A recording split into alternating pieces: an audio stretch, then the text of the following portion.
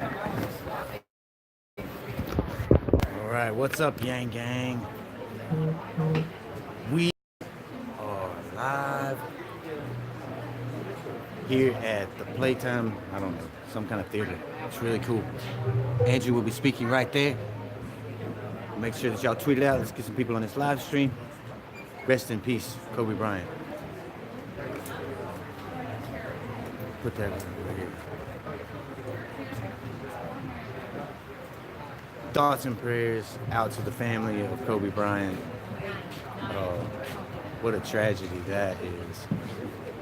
Oh, man.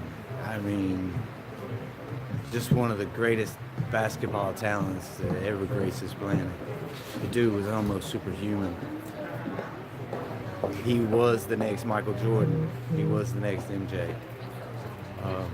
Rest in peace, Kobe Bryant. Thoughts and prayers out to that family and all his close friends and relatives. My gracious. As a parent, oh Lord, I don't even want to think about it. I couldn't imagine losing a child. Let me turn this around before I start crying. Lord help. So I'm thinking that Andrew will probably come in from back there.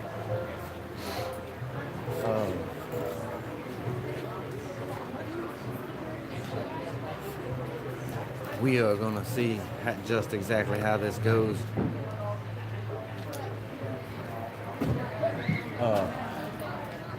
So make sure that y'all tweet this out. I'm getting notifications like crazy. I don't know how to turn them off. I'm sure Andrew does know at this point in time.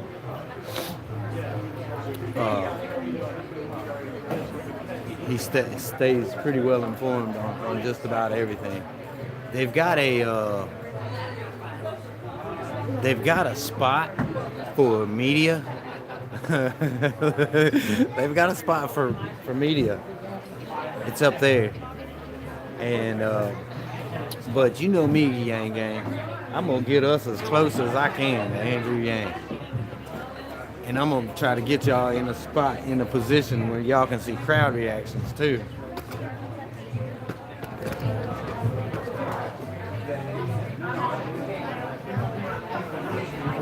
So this is where we're gonna be. We're gonna let y'all see crowd reaction.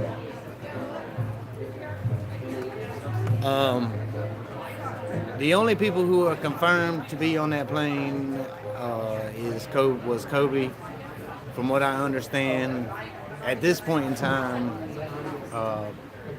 he is survived by his wife and kids. One of whom is a baby. My gracious alive, man. She didn't even get to know daddy. That's heartbreaking. Man.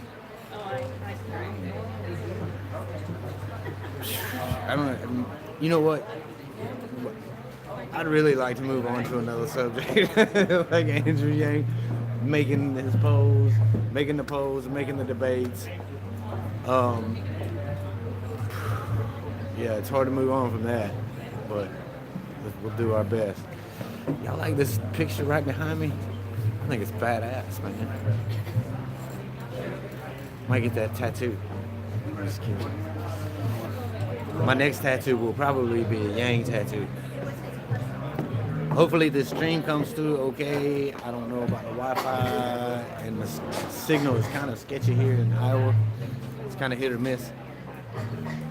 We'll see. But if it's coming through, put it in the chat. Thumb it up, y'all. Why is there only 10 likes on this thing, man? Jeez. I should get more than 10 likes just for this hat. We don't know who the other people were on the thing. I see some popcorn back there. I sure wish Mama Yang Gang was here so she could go get me some of that popcorn. I can't man the camera and all that at the same time. So like, share, subscribe, thumb it up, y'all tweet it out. I'll give you. Somebody said they give us 5 likes, but they only allow 1. That is awesome. We appreciate it for sure. tweet it out, Facebook it out. This is at a theater, y'all. How cool is that? I'm gonna turn this camera around.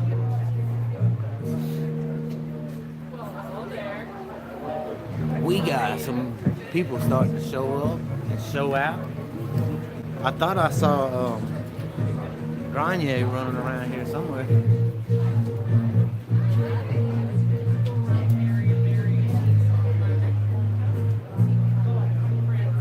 So, yeah.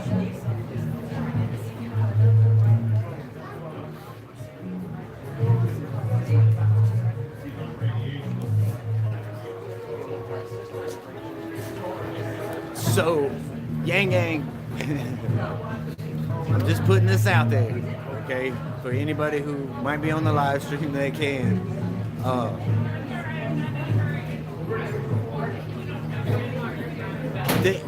Whenever YouTube demonetizes our videos for musical interference or whatever, we don't receive any ad revenue off of those videos. So, you're fine. Go ahead. So I need to know about microphones and so forth. I'm Chris Henning. I'm going to introduce you. Okay. You will probably want to speak to the young lady. We're around the other side.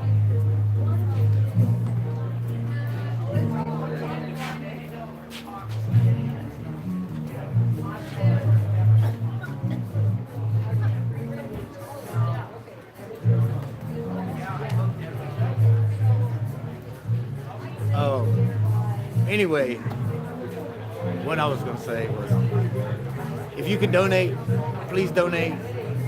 The donation links are in the other descriptions. And there's also a super chat. We'll get that next month. But when they demonetize these videos, that means we can't make any kind of ad revenue. So it's like basically we're working for free or for whatever y'all donate. So if you can, please like, share, subscribe, thumb it up. I'm seeing, look at the real media showed up. Mr. Ben, I believe that's Ben, if I'm not mistaken. I'm pretty sure Andrew will probably be coming in right back here. I got some awesome pictures of the bus.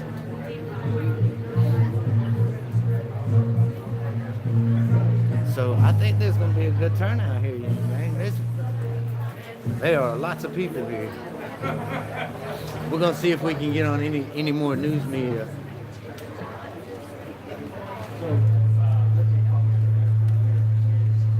Look, this guy looks official. Yeah, look. Matt's up there with the real media, news media people. Thank you, NLM. I'm not sure. There's a crowd gathering here, Yang Gang, out in Iowa.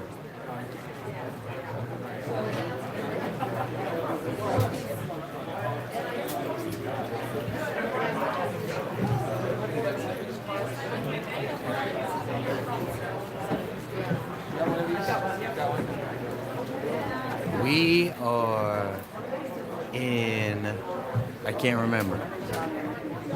Y'all, be honest, I'll just put it in the Mama Yang Gang will know when she gets here, she can put it in the chat where we are. Jefferson, yes, we are in Jefferson. Jefferson, thank you for that, Jamie.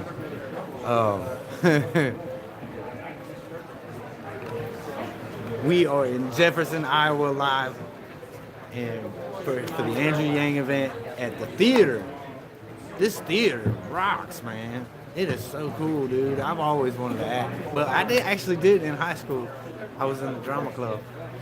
I should have known then, man. I should have just kept going. But then I might not have met Mama. So it's all good. But then I might actually be, my endorsement for Andrew Yang might mean something this time.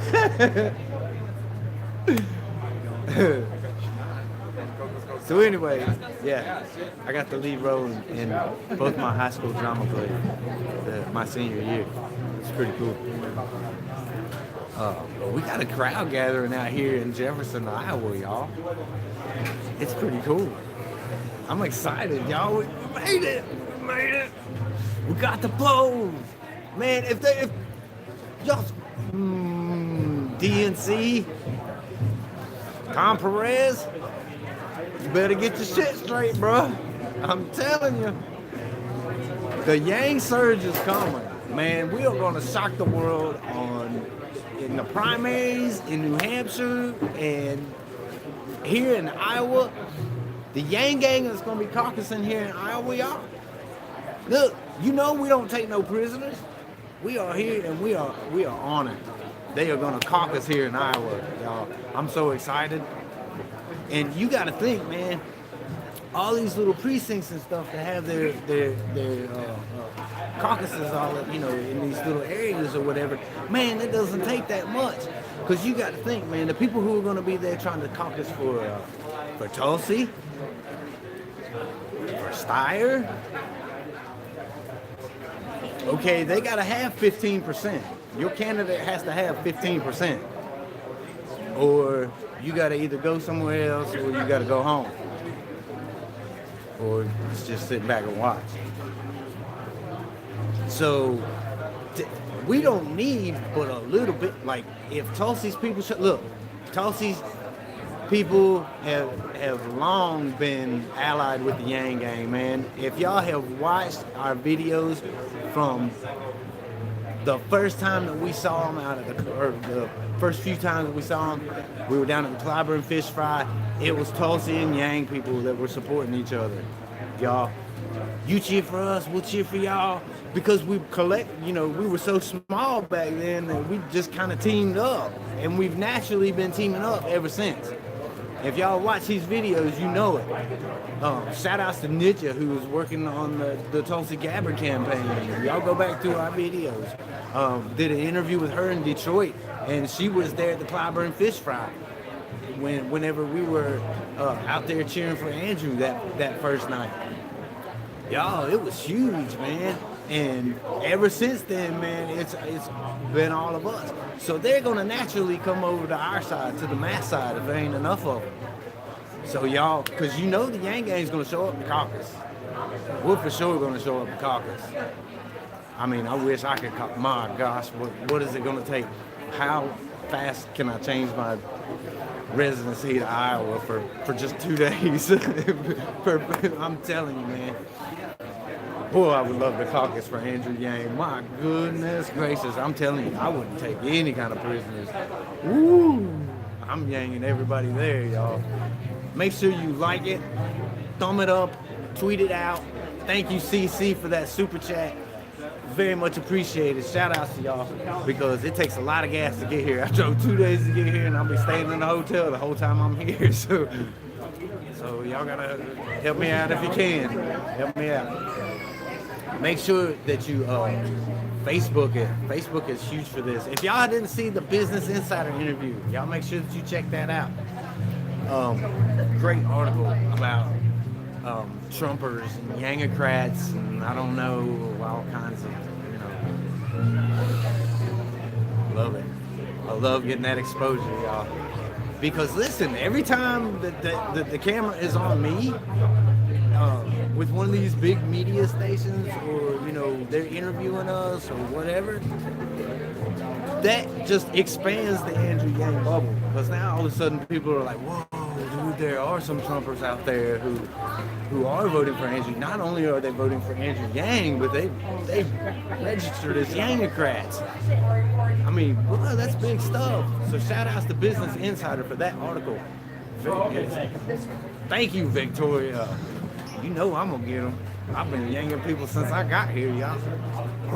You know how the grassroots Yang gang does. If somebody will give us the time of day, we will talk to them about Andrew Yang. And that's all of us. I mean, our entire household is crazy about Andrew Yang. And we all voted for Donald Trump. So you got to think, man, that's just my family. How many other families out there are just like mine, y'all? Thank you, Adam. Got you, bruh. Glad you made it to Iowa safe. Thanks for the content. You are so welcome. Look, somebody made the comment, I can't remember what it was. It might have been on Twitter. And they said something like, what did they say? They said that they were kind of jealous because I tweeted out that I was coming to Iowa.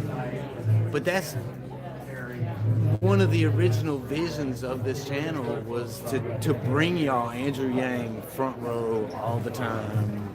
And I think we've done that.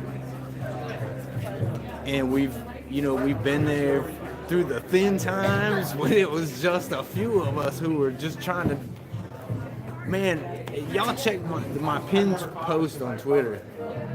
Y'all, it was just, it's a tweet that I retweeted of Andrew's, talking about, we've reached the threshold of donors, individual unique donors. Y'all, this was so early. I mean, back in the day, we've just seen this evolve, and we've seen this Yang surge grow, and it's crazy. The energy and the excitement, y'all. I'm about to turn this camera around. I like to have this camera on me because I like the camera. But I also like to have it on me for a minute while people start filing in, because I want y'all to get a good look of, when I turn it back around, they're like, wow, okay, there's some people there now. And people are still filing in as I speak. But Andrew should be here shortly. I'm gonna turn this camera around. Look, bam. We got a balcony up there. We got people sitting in the balcony.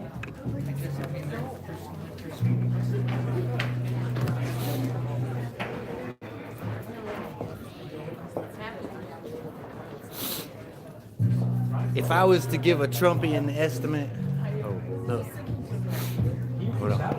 No, I can't, look, I almost said that really, really loud, and I can't break the joke before Andrew Yang breaks it. I gotta be quiet. Okay? So I can't say that too loud. Okay, so a Trumpian estimate would be 700-800, something like that. Would be my Trumpian estimate. Trump, that dude. I love you, Trump. Trump can, listen, this is why Bernie Sanders won't win,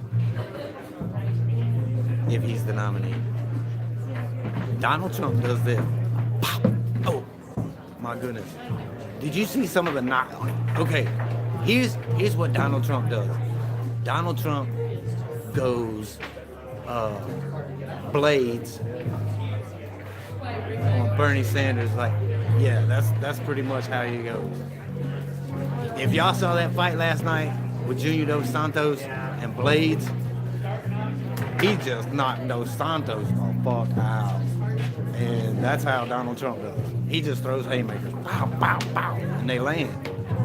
But that's what makes Trump so appealing, because Trump gets up there and he throws out these zingers, and people are like, yeah, take that. Washington, D.C., take that. But the fact of the matter is, man, they're both working for the same corporations. Corporate money. Corporate money owns Washington until we elect Andrew Yang and get them democracy dollars. Let's do that. I think that I read somewhere that someplace in, I want to say Seattle, they give out something that's like democracy dollars. It was on the Samantha Bee thing. There was a question on there. Oh, look. Kiki. Cats for Yang.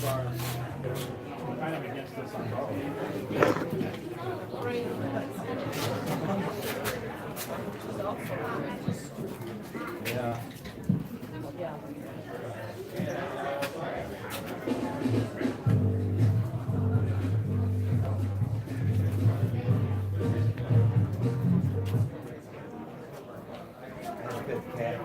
1, 2, 3, sound check. 1, 2, 3.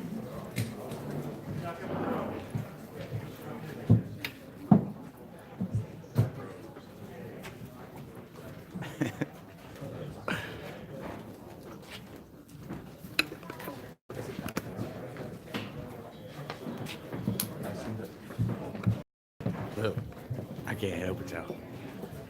I see an animal, I gotta pet it. If I saw a grizzly bear in the woods, I would probably try to pet that motherfucker. If I can get my hands on him, I get him to cuddle with me. So, cats for Yang. What was I even talking about? I got distracted by the animals, y'all. Sorry. Not sorry. I don't even know what that is. Isn't that cool? Damn. Once upon a time. And then we would call you Lefty.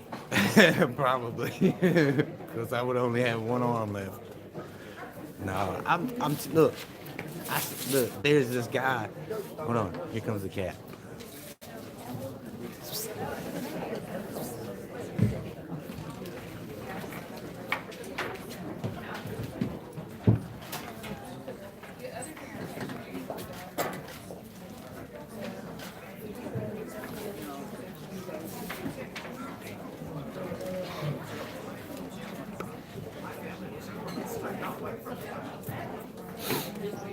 There's a good crowd here, y'all.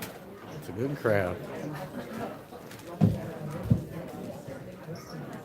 And still filing in. There's this guy I see on YouTube all the time that he's got this pet cougar, this cougar that it just took, that he keeps or whatever.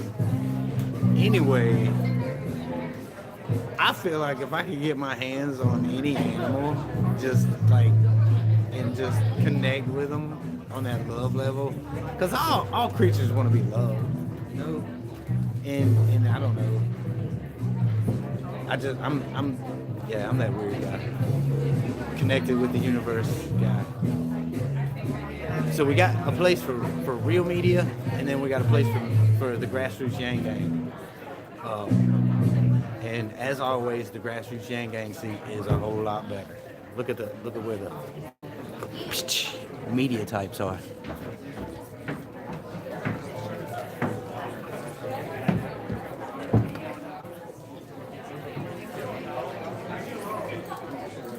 Thank you, JC Singh. Thank you. Mike. I hope I pronounced that right. If I didn't, I'm so sorry. I am from the country, and my English is horrible. Come on. Okay, so this is obvious. What is this right now? Okay, so I'm looking at my screen, right? And Mindful Skeptic's voice, if you're from Mindful Skeptics, is calling me. Okay? So obviously he does not have the bell ding. So y'all get over there and tell Boyce and Mindful Skeptics that if he was tuning into this live stream, he would know that I can't take the phone call because my phone is in the thing right now. Come on, Boyce, tighten up, man. I love Boyce. He's a great dude, man, boy. So, he just sent a message. Mama Yang Gang, somebody get on Twitter and send Boyce a message at Mindful Skeptics Podcast. And Mic check.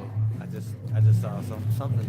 Mama Yang Gang just sent me a text, but I can't check it. Obviously, why is she not watching the live stream? Microphone check 1 2 1 2. See some people. That's a nice camera. Oh, that's a nice outfit. Mic check. That beard is awesome.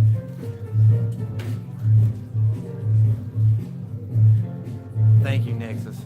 Appreciate that. Thank you, Esley. We appreciate that. Business Insider. Yes, if y'all haven't checked that out, make sure that y'all check that out. Looks like we got 100 people watching. Why is it not more? Y'all tweet it out. Y'all tweet it out. Get the live stream out there. Mic check. Mic check. 1 2. I think this is a cool place, man. This place is. You can let your Mic check. imagination 1 go wild 2. in this place, y'all. I love the theater.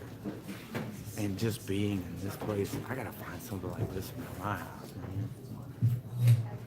You can just let your imagination go wild.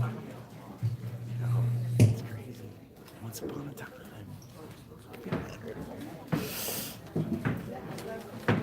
In my once upon a time, Andrew Yang wins the presidency in 2020.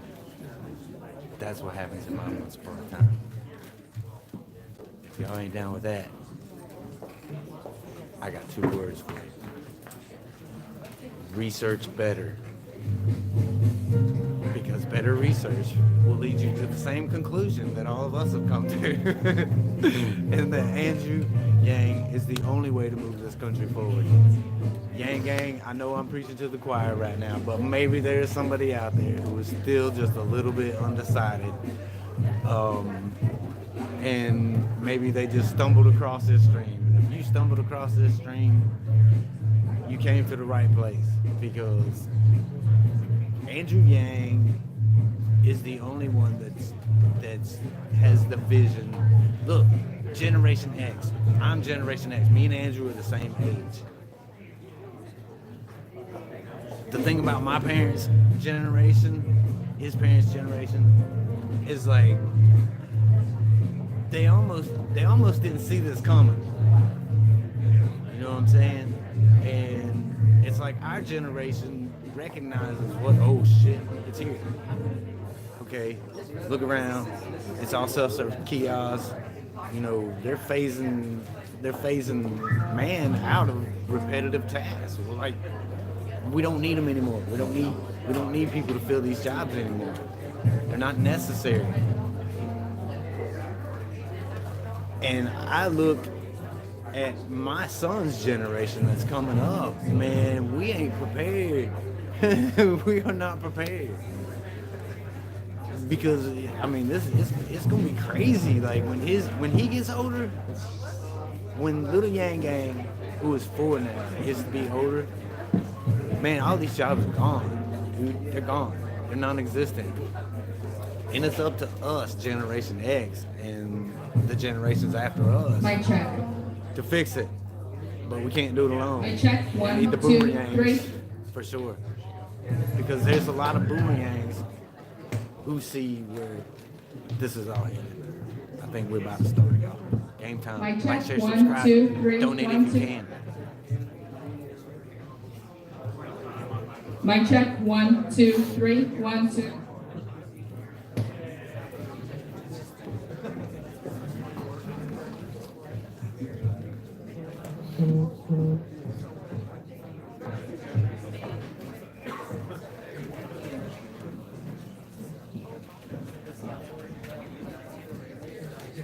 In the year 2525. Oh, I know that song. Love that song. For sure. That song was ahead of its time, for sure. Man. Talking about you'll pick your sons, pick your daughters too from the bottom of a long glass tube. That's crazy. Hey Russell, this is Shelly with Yang 2020. We are my notifications are crazy. I don't know how to turn them off. If I turn them, Mama Yang, if I knew how to do, this is why you're usually here. Hello Jefferson. How's everyone doing?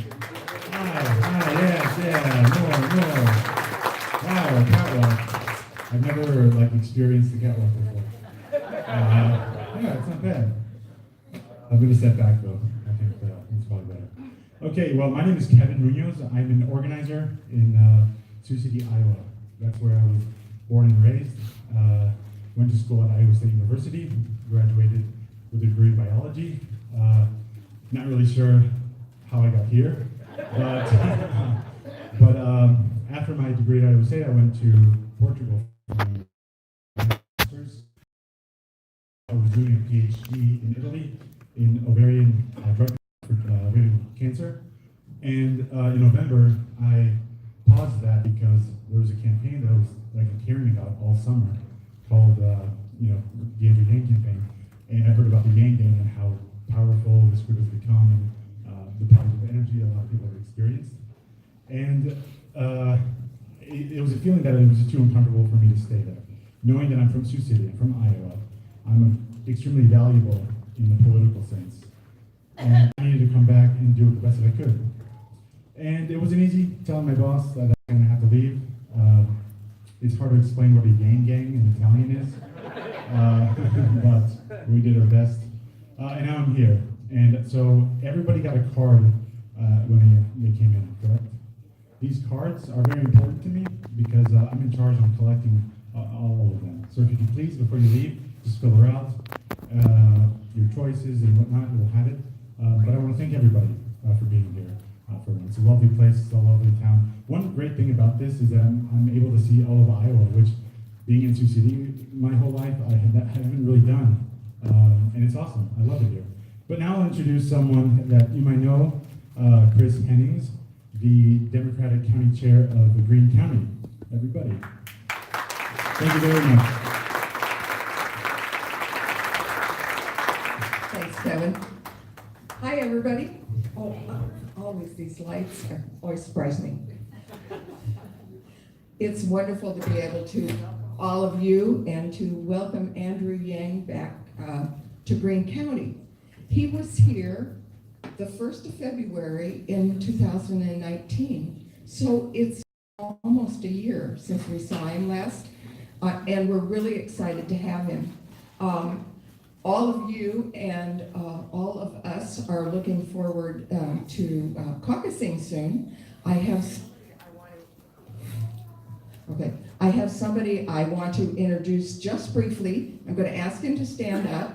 He's not old enough to caucus.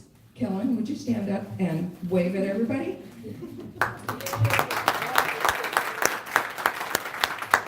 But he says if he would caucus, that he would caucus for Andrew Yang, and you might have noticed because he looks Helen. Okay? Andrew Yang is a problem solver and a nonprofit leader who understands what's necessary to bring the country into the next century. What we found when we talked to him the first time was how he addressed the issues and how he looked into the future. And so we're really, really, really excited to hear his 21st century solutions for 21st century problems. He's been focusing on bringing humanity back into politics, and heaven knows we need it. For sure. And so I am just so delighted to welcome Andrew Yang back to Greene County. Let's go, Andrew!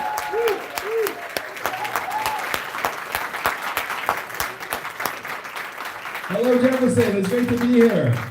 Look at this catwalk. I'm going to walk out here just because it's so fun. I'm going to pretend I'm singing, and there's like this giant set of dancers behind me.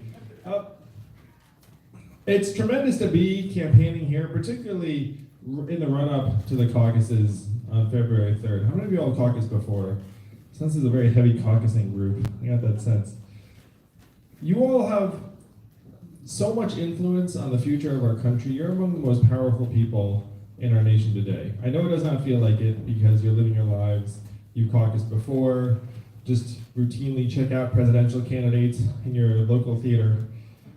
But I've done the math. Do you know how many Californians each Iowan caucus goer is worth? 1,000 Californians each. That's right. That's the power you have.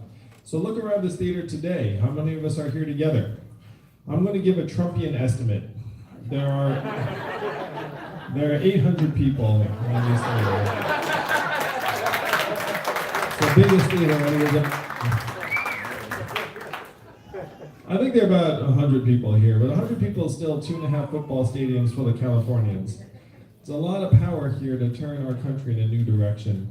Now, if you know anything about me, and Chris just introduced me, I'm not a career politician, I'm an entrepreneur and problem solver, and I'm here to address a challenge that we've been wrestling with as a country for the last several years that we don't seem to truly understand. And that question, that challenge is this: why is Donald Trump our president today? And for something even closer to home for you all, how did Donald Trump win Iowa, a traditionally purple swing state, by almost 10 points? Now, if you turn on cable news at any point in the last several years, we're getting a series of messages as to why he won. Like, what are the reasons that have been presented to us? Go ahead and shout something out. Russia, Facebook, economy, yeah, we're going to come back to that. What else? Yes, activated new voters who were anti-politician, let's say? Lies, money, business experience, rural divide. Hillary Clinton is definitely on the list. Hillary Clinton, emails, racism, FBI perhaps, Facebook, all sort of mixed together. Electoral college, got that one. All mixed together into this potpourri and said this is why Trump is our president. But I'm a numbers guy, and I went looking through the numbers for an explanation, and I found one I think many of you will find familiar. Now I feel bad, I should back up, because you guys are like, nice. Sorry about that. Doesn't walk me, it's so appealing. So the numbers tell a very clear and distinct story that many of you will find familiar. We eliminated 4 million manufacturing jobs over the last number of years. And where were those jobs primarily located? Michigan, Ohio, Pennsylvania, Wisconsin, Missouri, and 40,000 right here in Iowa. I have been to those towns, you have been to those towns, and after the manufacturing jobs dried up, the shopping district closed, people left, the school shrank, and that town never recovered. I saw the same thing play out in Missouri, Ohio, Michigan, Pennsylvania, because I spent the last 7 years running a nonprofit that helped create thousands of jobs in those states. And unfortunately, I grew to feel like my work was like pouring water into a bathtub that had a giant hole ripped in the bottom, and that water was rushing out. What happened to those manufacturing jobs is now shifting to other parts of the economy. How many of you noticed stores closing around where you live in this part of Iowa? And why are those stores closing? Amazon.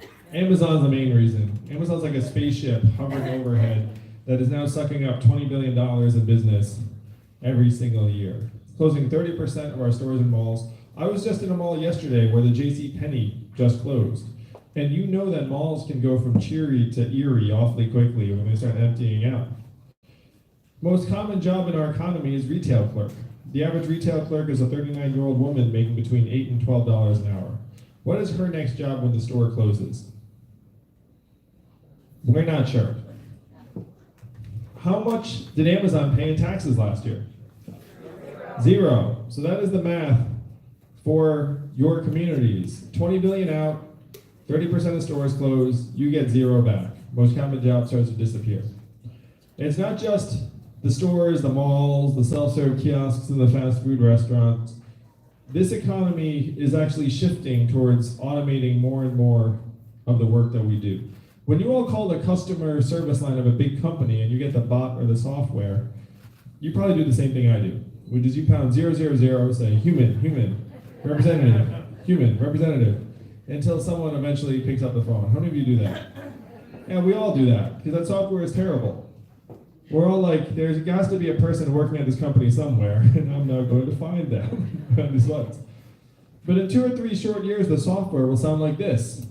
Hello, Andrew, how are you? What can I do for you? It'll be fast, seamless, efficient. You might not even know it's software if you didn't know what you were listening for.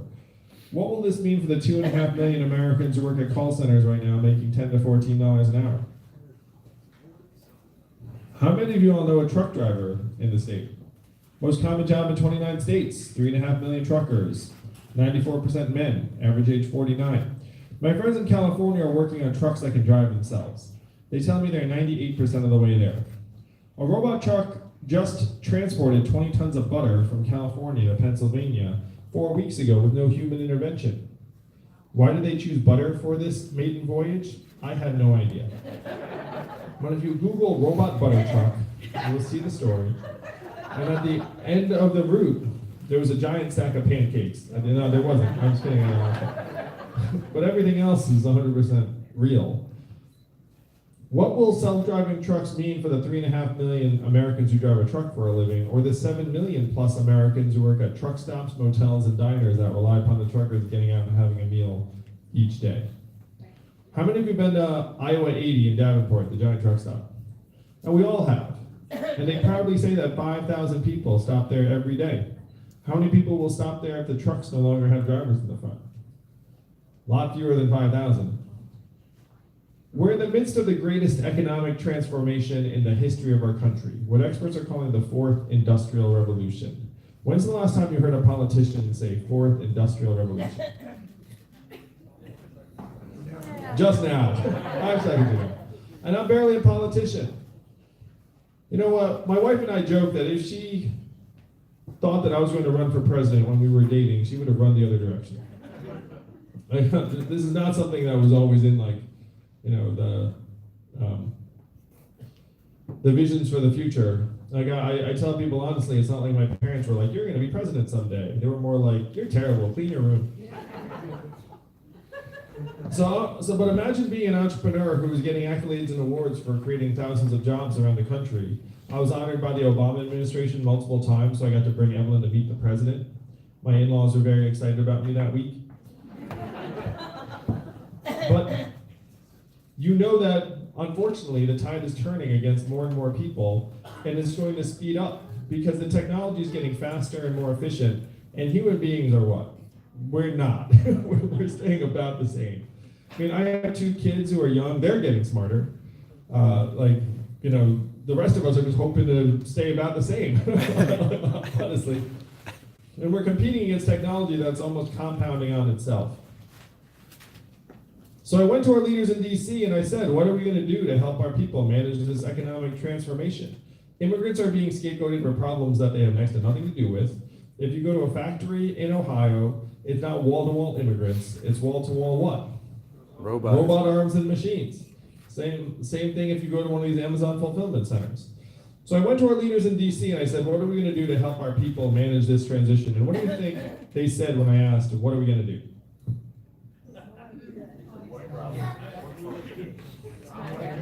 Yeah, a person at another event made the Scooby-Doo like, ooh, oh.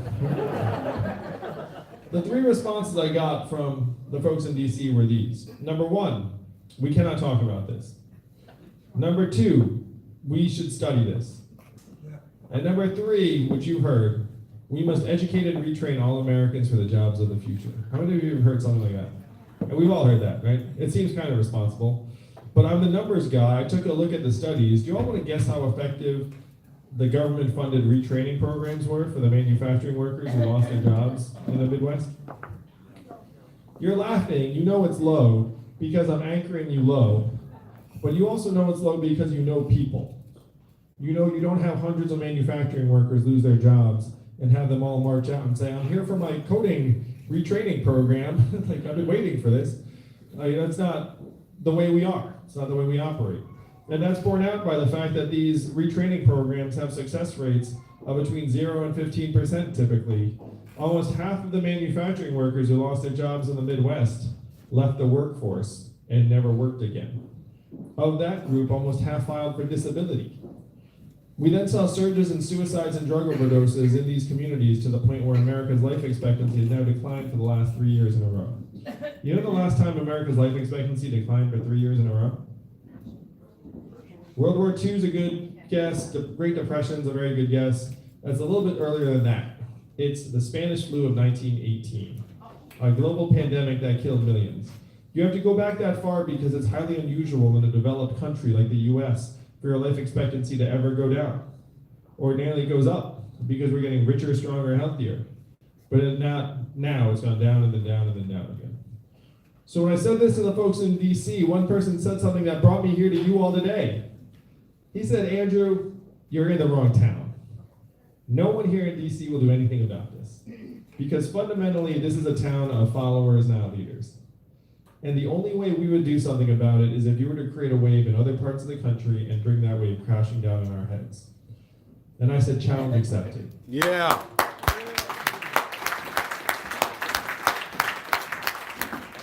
You don't know this yet, but you all are that wave. It is up to you to bring to our country a vision of an economy that actually revolves around us and our families, not the bottom lines of these huge corporations that are at this point sucking our communities dry of value, paying zero back in, and running circles around our government. So you have Amazon, this $1 trillion tech company, paying zero in taxes. Whose fault is that? Is that their fault? No, it's kind of their job to try and pay zero taxes, right? So whose fault is it? It's our government's fault. You have to be pretty asleep at the switch or corrupt to look at a $1 trillion tech company paying zero and say, yeah, that's appropriate. Like them paying less than everyone here, yeah, that makes sense. So this is what we have to change. This is what you have to change. We have to get this value that's getting drained out of your communities and bring it back to you. Now, you've probably seen a TV ad with my face and name on it. Raise your hand if you've seen a TV ad. That's good, because we spent a lot of money on those ads. And it made me very sad. What's that? You're too good for TV? We're going to follow you to your device anyway. So if you've seen the ads, you know that I want to give every American $1,000 a month. And I know the first time you heard that, you thought it was a gimmick, too good to be true, would never happen. Raise your hand if you thought one of those things. That's very normal. But this is not my idea, and it's not a new idea. Thomas Paine was for this at the founding of our country. He called it the citizen's dividend for all Americans. Martin Luther King, whose birthday we celebrated this week, was fighting for this in 1968 when he was killed. And I know this because I sat down with his son in Atlanta, who told me that this was his dad's vision, the guaranteed minimum income for all Americans. It was so mainstream in the 60s that 1,000 economists, including Milton Friedman, one of the forefathers of modern economic thought, endorsed this plan, and it passed the U.S. House of Representatives twice in 1971 under Richard Nixon. Family assistance plan would have guaranteed every American family a certain amount of money. And then 11 years later, one state actually passed a dividend where now everyone in that state gets between $1,000 and $2,000 a year, no questions asked. And what state is that? And how do they pay for it? And what is the oil of the 21st century? Data, technology, AI, self-driving cars and trucks. A study just came out that said that our data, your data, is now worth more than oil. How many of you saw that study? How many of you got your data check in the mail last month? So if your data is now worth billions of dollars a year, and you are not seeing a dime of it, then where is all of that money going? Facebook. Amazon, Google, Facebook, Apple, and the trillion-dollar tech companies that are, again, running circles around our current system. If we change this and we give you all your tiny, tiny fair share of every Amazon sale, every Google search, every Facebook ad, eventually every robot truck mile, every data sale, every AI work unit, we can easily afford $1,000 a month for every American here in Iowa and around the country. Particularly because after this money is in your hands, where would it actually go?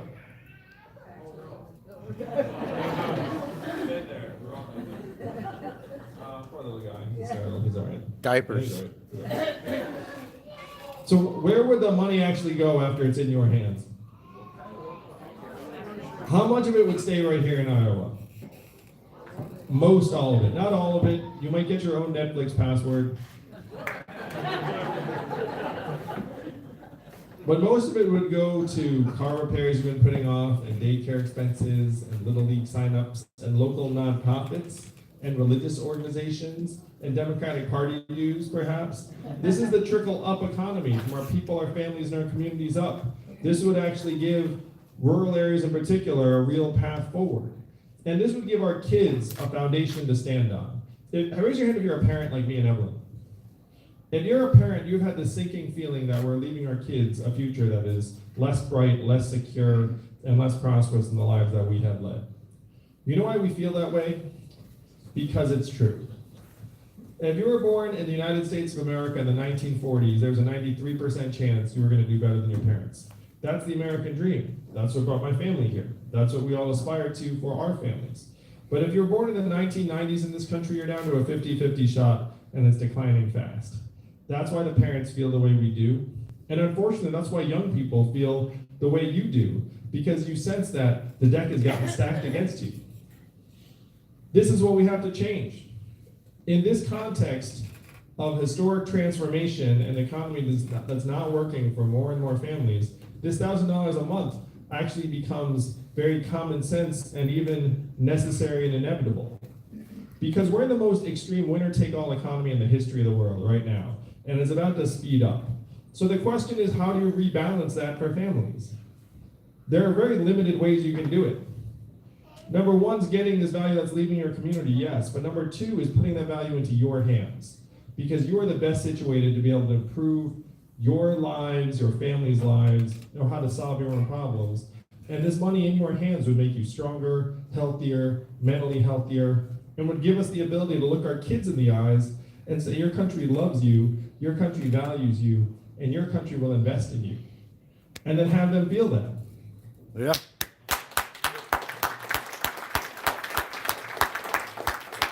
People know when you're investing in them and when you're not. And right now, our kids know that we are not. And that is what we must change. So imagine every senior in high school getting $1,000 a month just about when they're graduating. Everyone takes a financial literacy class their first semester to make sure that they know what they're going to do.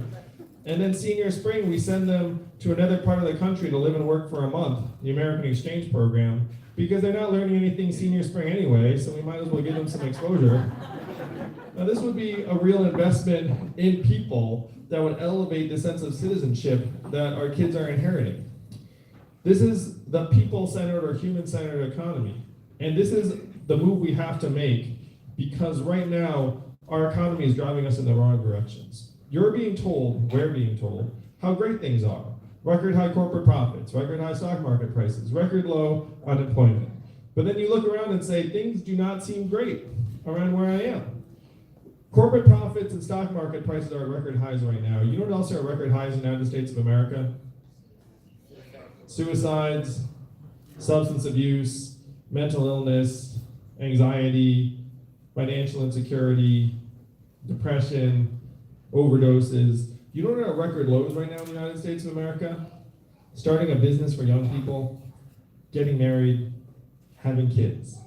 The things that you associate with having a thriving society and way of life are all at record lows.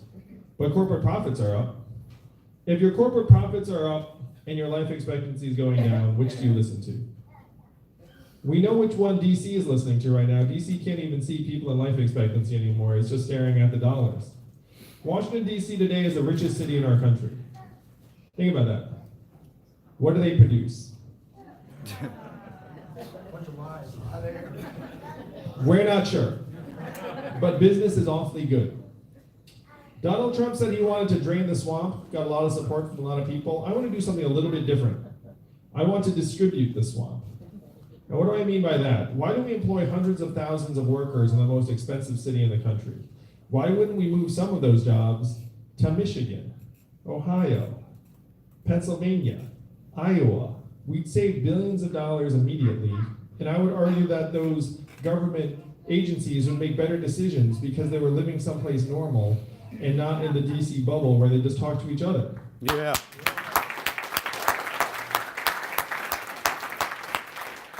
I'm for term limits for members of Congress. We should be sending them to do our work and then come home. Their job should not be to go there and then stay as long as they say, oh, I like it here, like, let me stay. You know, and then they're fighting to stay and not fighting to do our work. I know how to pass term limits too. I will be your president a year from now. Thank you very much. And then I will go to Congress and say, hey, we should pass term limits. 12 years, and that's it. But current lawmakers are exempt. Do you think they'll pass that? Oh yeah, they'll pass that the next day. They'll say, we do this for the people. But they're really doing it because they'd be grandfathered in, and they'd be like some sort of, you know, like super legislator being like, well, like, I don't have a term limit.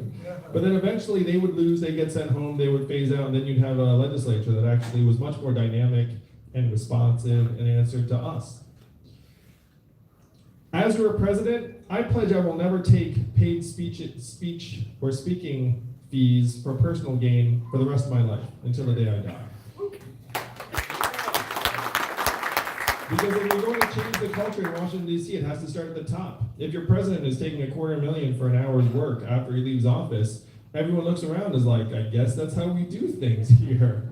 And then they start looking around. The fact is, when you start working as a high-level regulator in Washington, D.C., there's like a timer attached to you.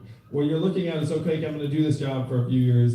And then people are immediately trying to tempt you with high-paying jobs on the way out. And so all of your incentives are to go easy on the companies because they're literally going to hire you after you leave. So you have to make it a one-way trip. You have to say, if you're a high-level regulator, you're not allowed to work for industry for 10 years. If you do that, then you become useless to them because, for better or for worse, they're hiring you for your relationships. And so after 10 years, your relationships with all the people that you know in government have turned over. In return for this, we have to give these regulators a bit of a raise, but I would say that's a very, very low price to pay for having a government that we actually trust to look out for us.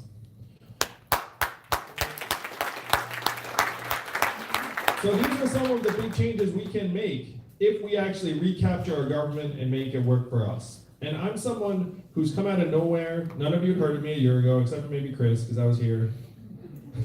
Most of you never heard of me.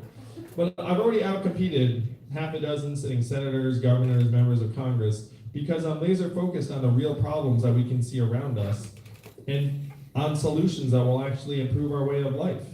We have to stop pretending that Donald Trump is the cause of all of our problems. He's not. He's the symptom of a disease that's been building up for years, and we have to cure the underlying disease and stop yelling about the symptom.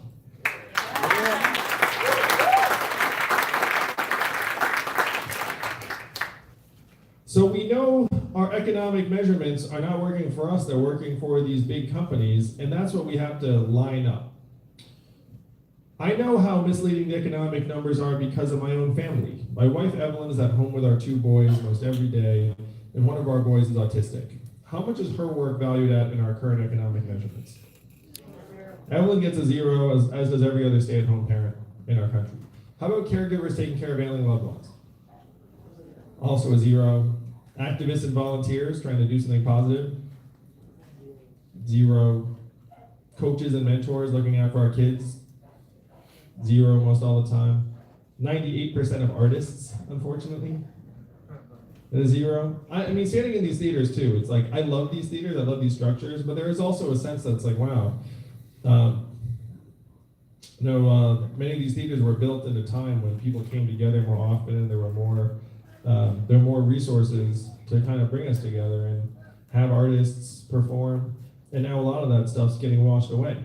You know, one thing that also is getting zeroed out that we don't think about, but it's crucially important? Local journalists. Almost 2,000 local newspapers have gone out of business over the last number of months because all their revenue went up to the internet, and you can't run a newspaper on that. There are 200 counties in the United States that don't have any local paper at all anymore. You know what does not function very well if you don't have local news? Government. Democracy, that's right. Because how can you vote on what's going on in your town if no one's actually even covering what's going on in your town? Jefferson, these are the things that we claim to value most in our lives. Our families, our communities, our democracy, and they're getting zeroed out one by one by one. And the reason they're getting zeroed out is because as a country, we have been trained to think that economic value and human value are the same things. And it's up to you to let the rest of the country know on February 3rd that that's not the case, and that we have intrinsic value as Americans, as citizens, and as shareholders of the richest country in the history of the world. Yeah.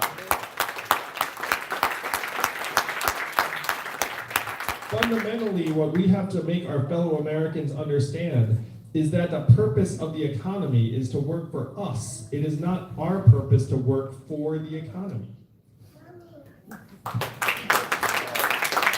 The machines have to work for us instead of us working for the machines. Because the fact is, if we keep trying to race the machines in this way, we're not going to win that race. More and more of us are going to lose. And if we turn to that person and say, well, that's on you, then we're all lost. Yeah. If you continue to confuse market value and human value, you find yourself in ridiculous positions, like saying that thousands of coal miners should become coders, even though that makes no sense. The only reason you would even think about it is if you think that, well, if you no longer have any value in our marketplace, then we're going to pretend we can transform you to something that does. Instead of saying, this is your country and you have intrinsic value because you're a citizen and you're one of the people that this country is designed to work for. We are the richest country in the history of the world. We're up to 21 trillion and counting. The resources we have at our disposal to improve our way of life are almost unimaginable, and I will prove it to you.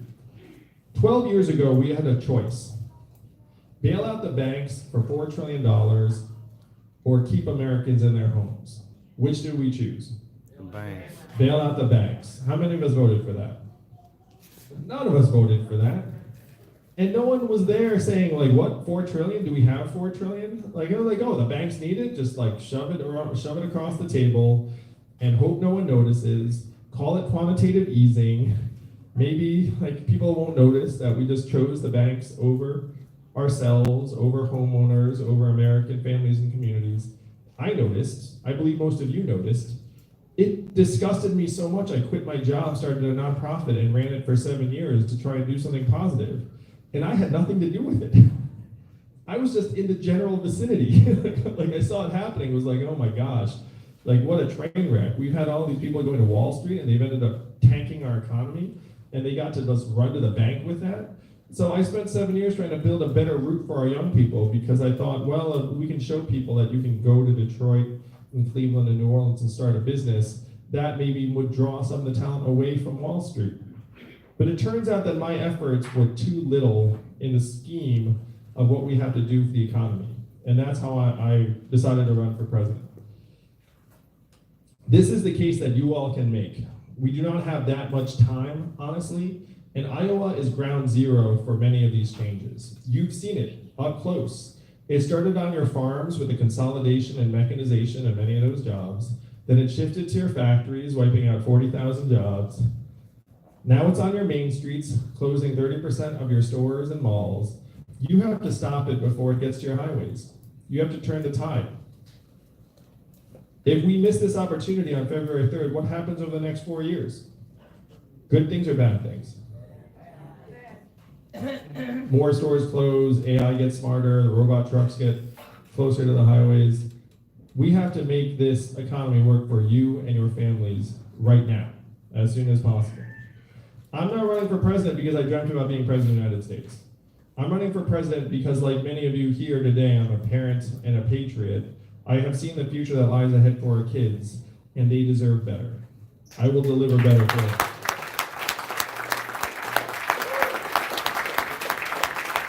But we need your help, Jefferson. We need you to get out and fight for this on February 3rd. I'll tell you, if you take this vision to the rest of the country, we're going to win the whole thing. You can imagine headlines on February 3rd, Andrew Yang wins Iowa. Yeah. If we win Iowa, I guarantee you we win New Hampshire, because there's a lot of love in New Hampshire, and the third party in New Hampshire is libertarians. A lot of libertarians really like this. But we need your help to get it there. If you don't get it there, this may end up not getting out into the rest of the country. Donald Trump is our president today because he had a very simple message. He said he was going to make America great again. What did Hillary Clinton say in response? America's already great. America's already great. Remember that? It's been a long 3 years, I know. But it is now coming to an end. That response did not go over well for a lot of Americans because the problems are real. We have to acknowledge their reality and depth and severity, but then we need real solutions that will actually move our communities and our country forward. What were Donald Trump's solutions? Build a wall, turn the clock back, bring the old jobs back. You know we have to do the opposite of these things. We have to turn the clock forward. We have to accelerate our economy and society to rise to the real challenges of the 21st century, like climate change. We have to evolve in the way we see ourselves and our work and our value. I am the ideal candidate for this job because the opposite of Donald Trump is an Asian man who likes math. Thank you all very much. You may not know this, Jefferson, but math is an acronym, and what does it stand for? Make America think harder! Make America think harder, that's right. That's your job on February 3rd. It's your job to move this country we love, not left, not right, but forward. And I know that's just where you'll take us. Thank you all. Thank you, and I'm going to use the catwalk.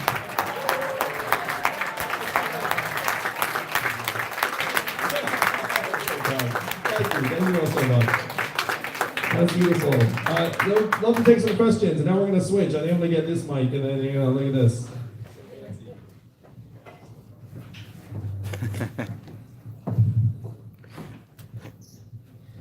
Hello, and thank you for coming to Little Jefferson. We all appreciate how much candidates come and talk to us and stuff. I am in my 5th year teaching, and when I decided to become a teacher, I wanted to teach kids how to play the trombone. But part of my teacher education was active shooter drills.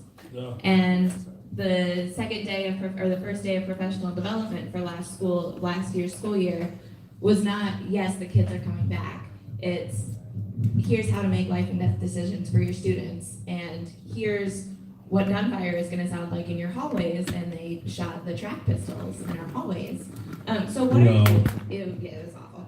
So what are you going to do to help keep schools safe and keep, well, and shopping malls and movie theaters and all of that? What are you going to do to keep that safe? Well, first, let's give her a round of applause for teaching our kids.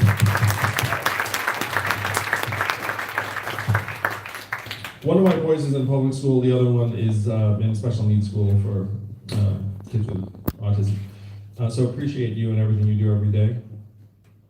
My younger son's school had an active shooter drill a number of weeks ago. We got the letter saying, hey, he's 4 years old. So then I got this letter, I was talking about it with my wife Evelyn, and I was like, why does this seem like it's not actually going to make Damien any safer? So I started looking into the studies to try and find how many lives have been saved by active shooter drills, and I could not find a single incident or study that said anyone had been saved by an active shooter drill. I then started looking for documentation about whether this set of drills has caused stress, anxiety, uncertainty, and confusion among kids and families, and I found a whole stack. So to me, it's very clear that we should not be mandating active shooter drills in our schools. It should be up to the families and the community whether they want to run them. And if they don't want to run them, then they shouldn't. Because our kids are getting a terrible lesson with these drills. What's the lesson? That your life could be changed at any moment, that life's super uncertain, that your school is dangerous.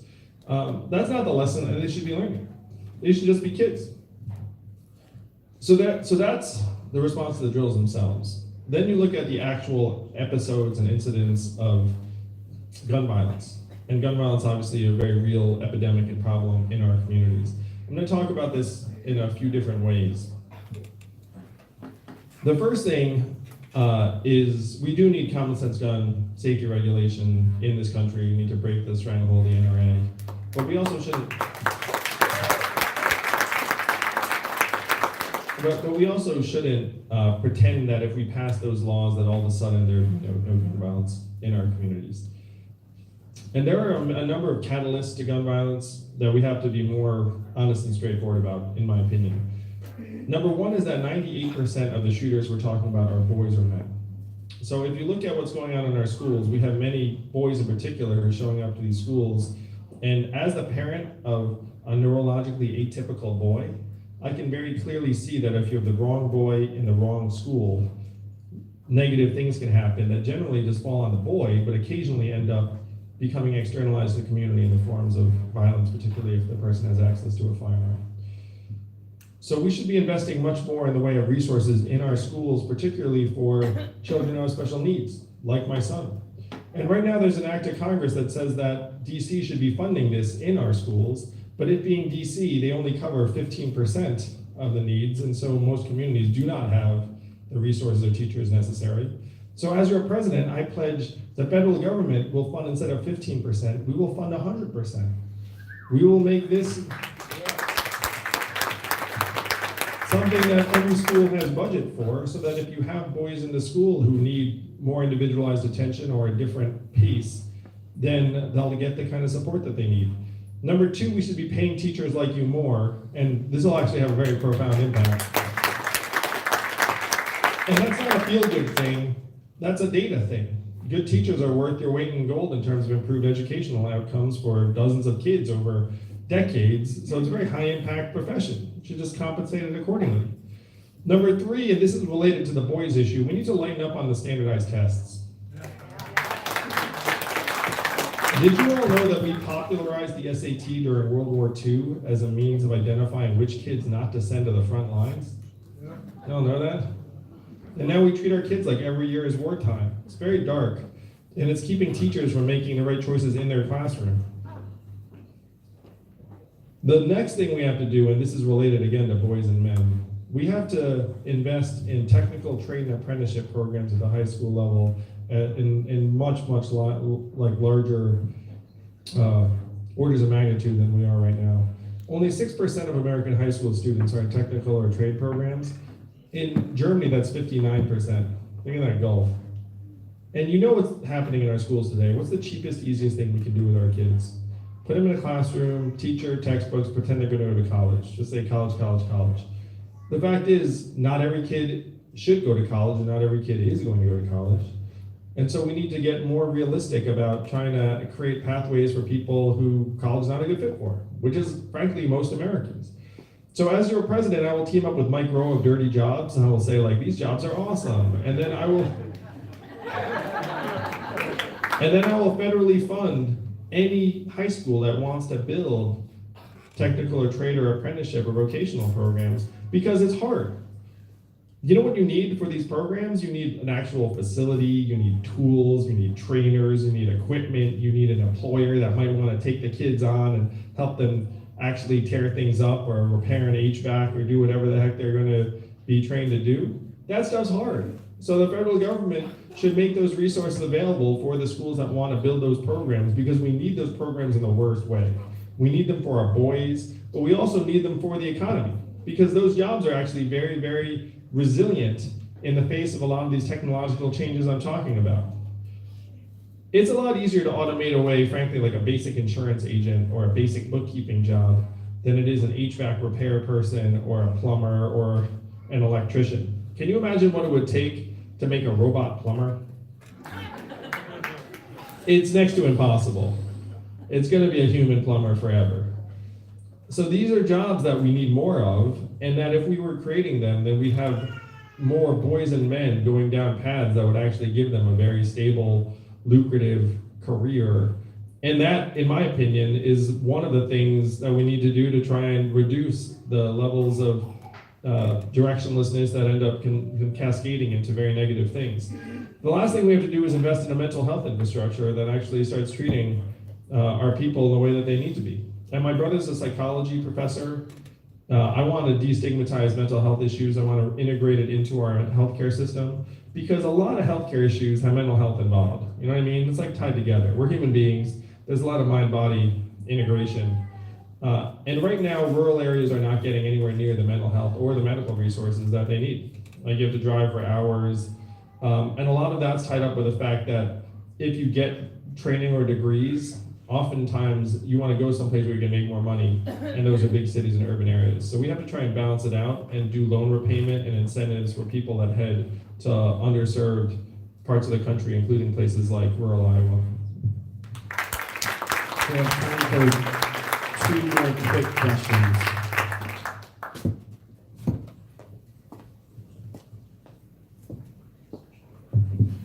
I'm a farmer from Greene County, the Jefferson area. What is your ag policy compared to the Obama administration and the Trump administration? Do you have any specific policies out of either?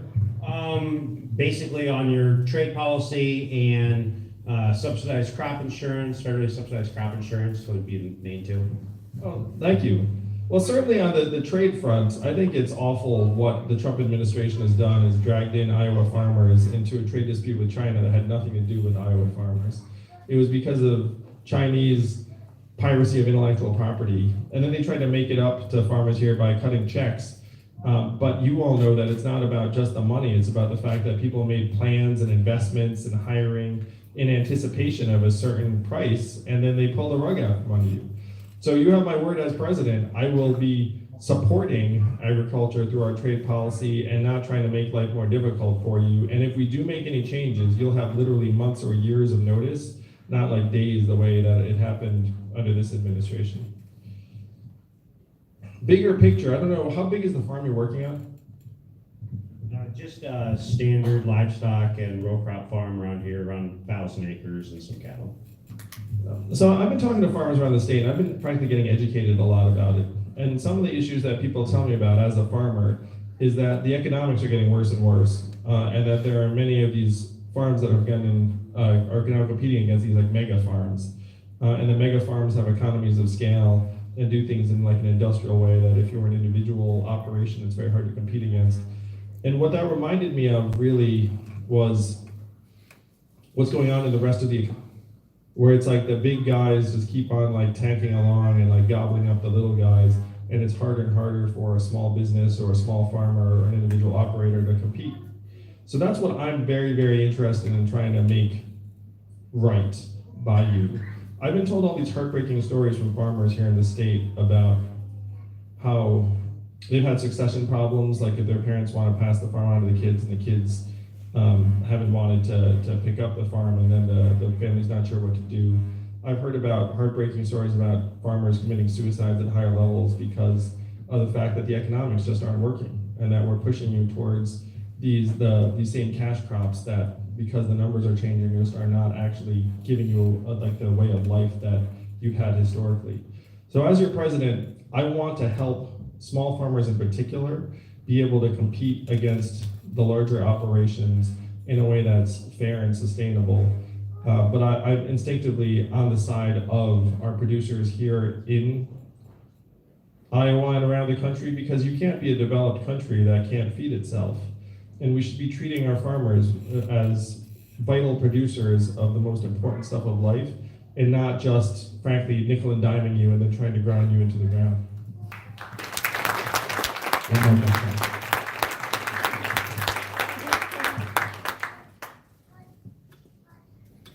I've heard since September 19th that it's issuing $100 billion a month, approximately, with a debt load in non-QE or QE4. With the debt load we're carrying and $1 trillion deficits each year, how do you maintain a stable currency? I love this question. So people are concerned about our deficit, which is now reaching breathtaking heights. I've run many organizations, and when you're running in the red, you look at two things. Number one, revenue, and number two, expenses. So the first thing is, do you have a revenue problem in the United States of America? Oh yeah, you have like the richest companies that are paying nothing or next to nothing. So if you put in a toll that harnesses some of the extraordinary gains in these big companies, you can get your revenue up very, very quickly. Right now, the tax I'm proposing, this value-added tax that falls most heavily on the biggest winners, gets you up to $1 trillion a year with a big up arrow attached to it. And if you think about something like self-driving trucks or AI, let's say you have self-driving trucks on the highways 10, 12 years from now, let's say. How much tax revenue will we get from that? Should we get? Yeah, that's more important. How much tax revenue will we get from something like self-driving trucks?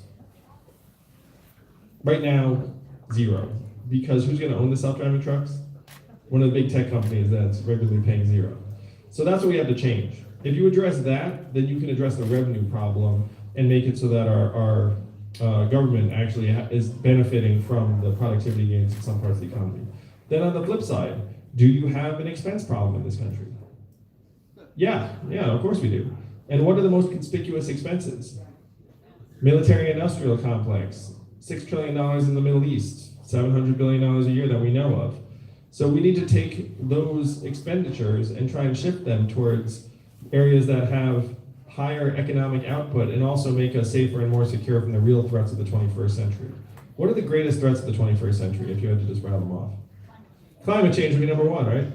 Does an extra aircraft carrier make you more resilient to climate change? It's like, not particularly. So number one, we should be investing in taking care of our veterans when they come home. I'd much rather do that than buy the extra aircraft carrier.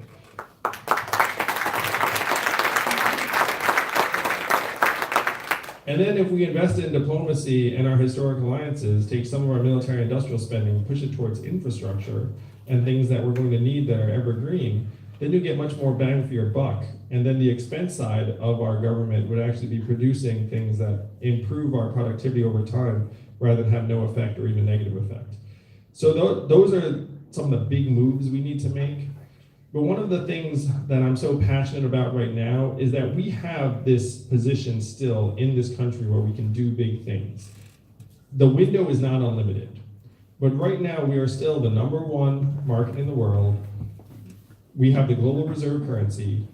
We can make moves that make our people stronger and healthier and build this trickle-up economy, because this money in your hands would circulate over and over again and would end up creating economic growth. In the absence of this kind of move, the extremity is just going to get more and more, frankly, unprecedented. So I'm concerned about the deficit, but if we actually have a mechanism where we're benefiting from the most successful companies in our country, and we start channeling our military industrial spending in more productive ways, I believe we can get that deficit under control even while we're investing in our people.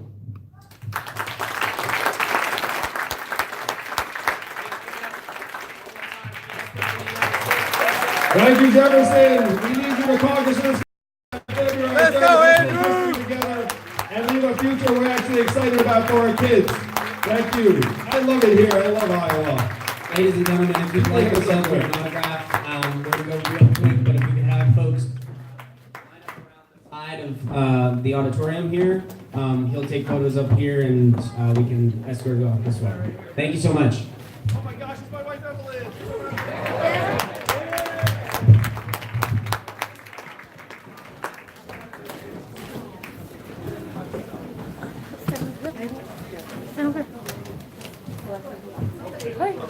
Let me hold it. Oh, like, I just want to come back and get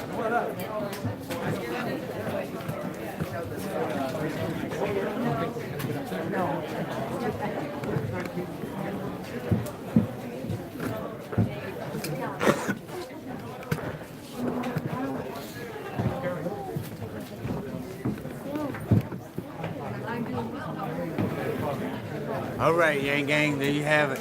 Another great Andrew Yang. Man, there was a lot of great moments in this one here. Y'all, the lady's question, the teacher's question about the active shooter drills, that was a really good question. And then there was another great question about the farmers. I think that he could probably, you know what it is. He just needs to work on it. He's probably not been asked that a lot of questions, but and I haven't really looked into his agricultural policies. But it's very important to a lot of people in North Carolina and South Carolina too, for sure. Gang Gang, love you, and we got some more events on the way today. I'll try to yang everybody in Iowa. I need them to caucus. One more shot at Once Upon a Time. I need to clip that out of the background. That's awesome. So we love you, Yang Gang. See you on the next one. Like, share, subscribe, donate if you can. Ding that bell so you know when we go live.